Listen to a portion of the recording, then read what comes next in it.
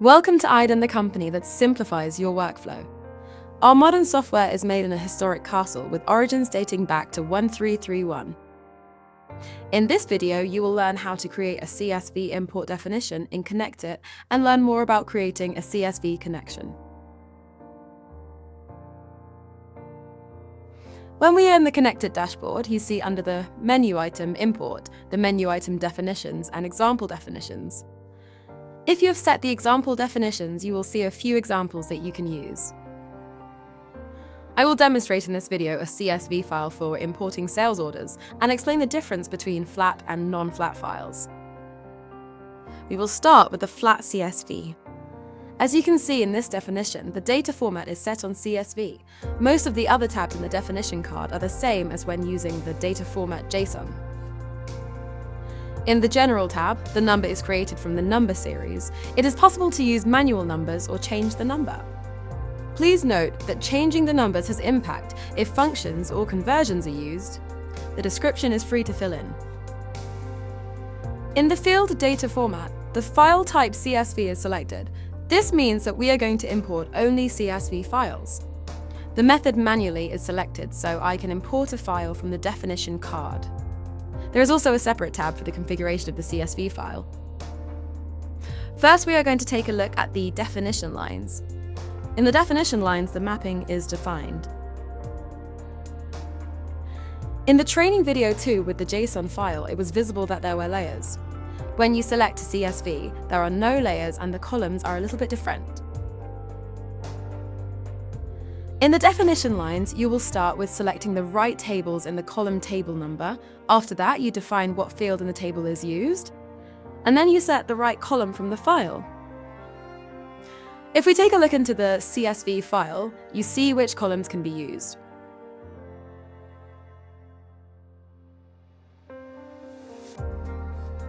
Just like the JSON and XML import definitions, it is possible to add functions. In the functions, you can store temporary values, transform the data, or get other values from other tables. In Training 3, there are more examples how to use the functions, and in this training, we will see some basic functions.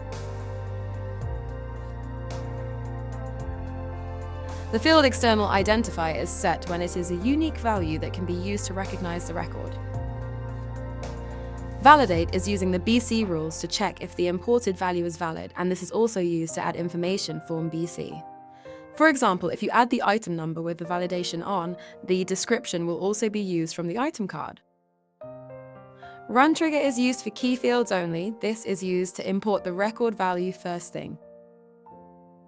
The field new record is used to set if the record does not exist to create or do nothing when importing it.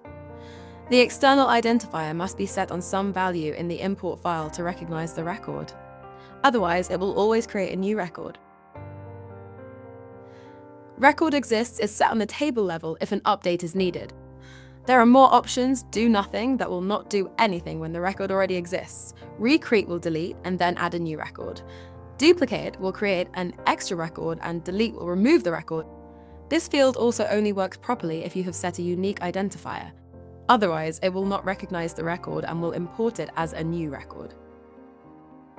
The column field exists is only used for the field level to decide if a field needs to be updated, or do nothing and it will be skipped.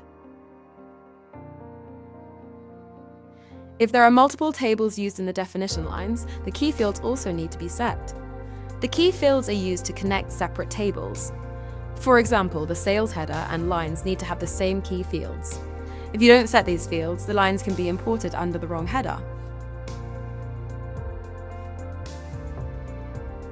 Under the Create button, it is possible to show the lines as a tree. In the tree, it is also possible to change the following order of the fields. Next to the Show as Tree button, there is an option to set the import filters. With this, you can filter on data with standard Business Central filter options, like in this example, we filter on the item number and only use everything that starts with an S. In this example, you could also see that there is not much data available in the file. This is not enough to create an order. This can be solved by using the constant values. In the constant values, it is possible to add key fields to create a new record in a table. For example, one of the key fields is the document number or line type. You can set this up by adding the table number in the object number, select the field number, and then add the constant value.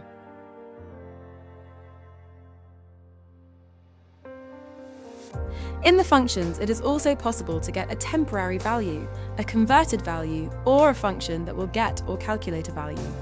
For example, if you need to set the number series, it is possible to add the function number series. The processing policy is used to set the value on a specific moment in the import. Key fields are always first set. Standard after key will be set. Other options are before field, after field, or last. To use the field before or after, you need to select a field from the definition to set the value before a field is loaded. This can be used when a temporary value is set after a certain field. Last is the value to be set at the end of the import. This is used when you want to overrule a value that will be set by BC. The validate, run trigger, and field exist options are doing the same thing as they do in the definitions. Constant values can also be used to fill another table with data from the same import file, for example, to set the general journal table.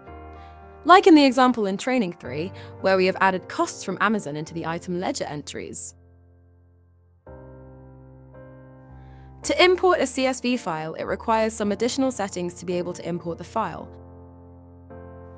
In the tab CSV, you can set what kind of delimiter in the file is used to separate the columns. If there are any enclosure characters, like a quote, before every value, you also need to specify the enclosure character. If the CSV file has a header, the field CSV header should be turned on. In this case, we will import a flat CSV file, so we turn this option on. Flat import means that the header information is in the same line as the line information. If we open a flat and non-flat CSV, we see the difference. In the not flat CSV, you see that it has multiple lines, and the header lines start with HDR and the lines with LN. In the next chapter, I will demonstrate how to create a new definition for a non-flat CSV. In the field parent table and child table, we will set in this case the sales header and the sales line. If you only want to import data in one table, you can fill only the parent field. It is not possible to add more than 2 tables. But if you need to store data in additional tables, it is possible to do this in the constant values like we have seen in Training 3 importing an XML file. In the previous chapter, we have seen what kind of options there are in the import definition. It is time to create a new definition. For CSV files, it is not possible to use the import wizard, and you will see that the settings are a bit different. Click on the description and you will see that the number is set automatically. Fill in the description. The data format has to be set on CSV, and now activate the definition, otherwise processing will not work. If we open the CSV file we want to import, we can check what kind of specific CSV settings we need to do. In the CSV tab, we will set the delimiter on a comma. There is no enclosure character used, so we keep this empty. There is also no header, and in this case we import a non-flat order. In the field parent table, we select table 36 for the sales header. In the parent line identifier code, we will set the HDR that is used for the header. The position of the line identifier is 1 because it is a HBFirst position. We set the same things for the child table 37 and set the line identifier code on LN. The position is also 1. Now we can go to the definition lines. In the first column, you can select the table sales header, and the parent caption will be automatically filled. If you are not sure what table to use, ask an experienced consultant or IT manager for help. System tables and tables that contain posted data are not suitable to use in an import. In the column field number, you can select the fields that you want to fill with the import. In this case, the order number is in the file in column 2. We will connect this to the external document number. Here also the caption will be filled automatically, and in the field column, you set the number of the column. We can mark this field as external identifier because it is a unique field, and if this is set, ConnectIT knows that if the order is imported again, that this is an update. We will set the field New Record on Create, so this means that always a new sales order is created, and set the record exist on Update, so existing records will be updated. In the next line, we will add the customer number to store the number from the file. In this line, the validation is turned on, so the name, address, etc. will be filled in from the customer card. The field New Record on Record Access is again set on the same values as at the order number. This is different than explained in Training 2 and 3, JSON and XML. For JSON and XML, you only have to set this for the first line, and all the other lines will use the same setting, and only differences need to be set. For CSV files, you need to set this for each line. I will also set the fields for the sales line. In the CSV file, we check in what column the field is. For example, the item number is in column 5. I will not use all information from the file. The description for the item will be used from the item card by turning the validation on.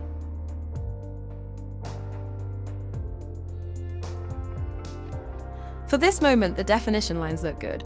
We need to add some more settings to create the sales order. I will demonstrate what happens if you are importing the file when you don't add all the key fields and settings. Go to Process, click on Import Data. Select the file. Go to the green bar and click on Open Created Entry. In this page, you see the data that ConnectIT wants to import. You can see this as a buffer table where the data is stored before processing. Click on Process. Congratulations, you have created your first BC message. In the last error fact box, you see a standard Business Central message.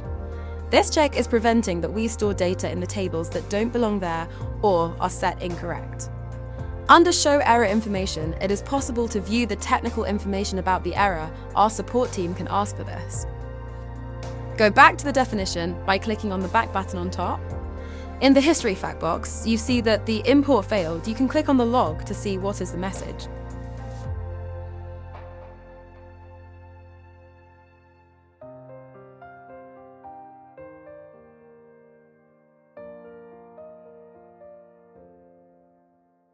Now we need to fix some things.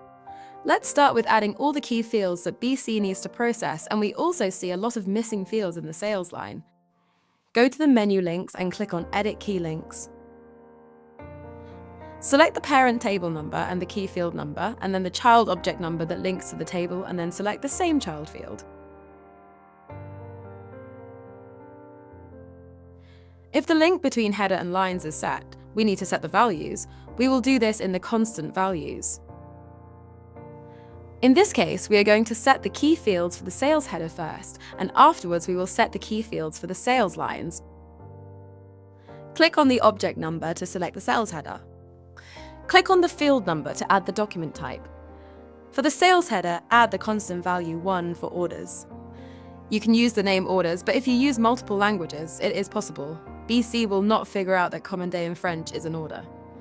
Using numbers will prevent this kind of misunderstanding. The next field to set is the order number. We can use a function for this to get the standard order numbers from the serial numbers. Click in the functions and select or search for no series, and then look up the sales order number in the number series table. The processing values for the key fields doesn't need to be set. Key fields are always set first thing when creating a new record. All the key fields for the sales header are set.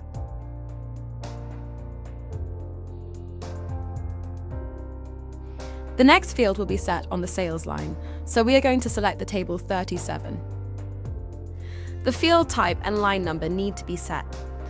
The field type will be set with a constant value for now. The line number can be set with a function, getNextino, set the field where the line number is, and then set an increment. This function will look into the sales lines and get the previous line and increment it with a set value.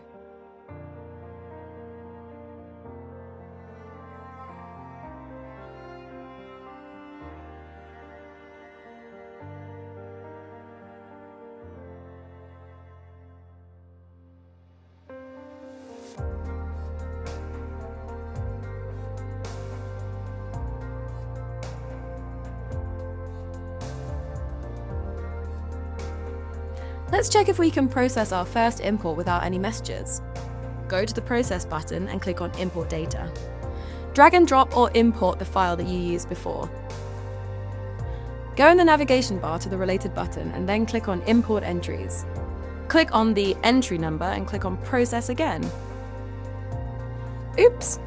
I forgot to turn the validation on for the customer number, and now I have an error. That is not a problem. Let's turn the validation on and go back to the imported entry and process it again. If you process an entry again after a change in the definition lines, the change is also used in the entry.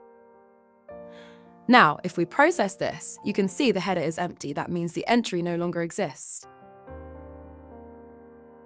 So go back to the previous page and go in the related menu to the imported records. In the imported records, the created orders are visible and the external identifier is visible. Let's have a look at the sales orders.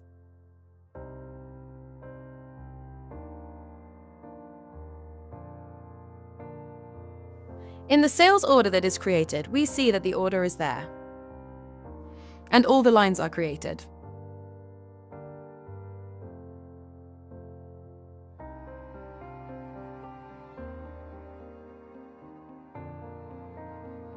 Congratulations, your first orders are imported.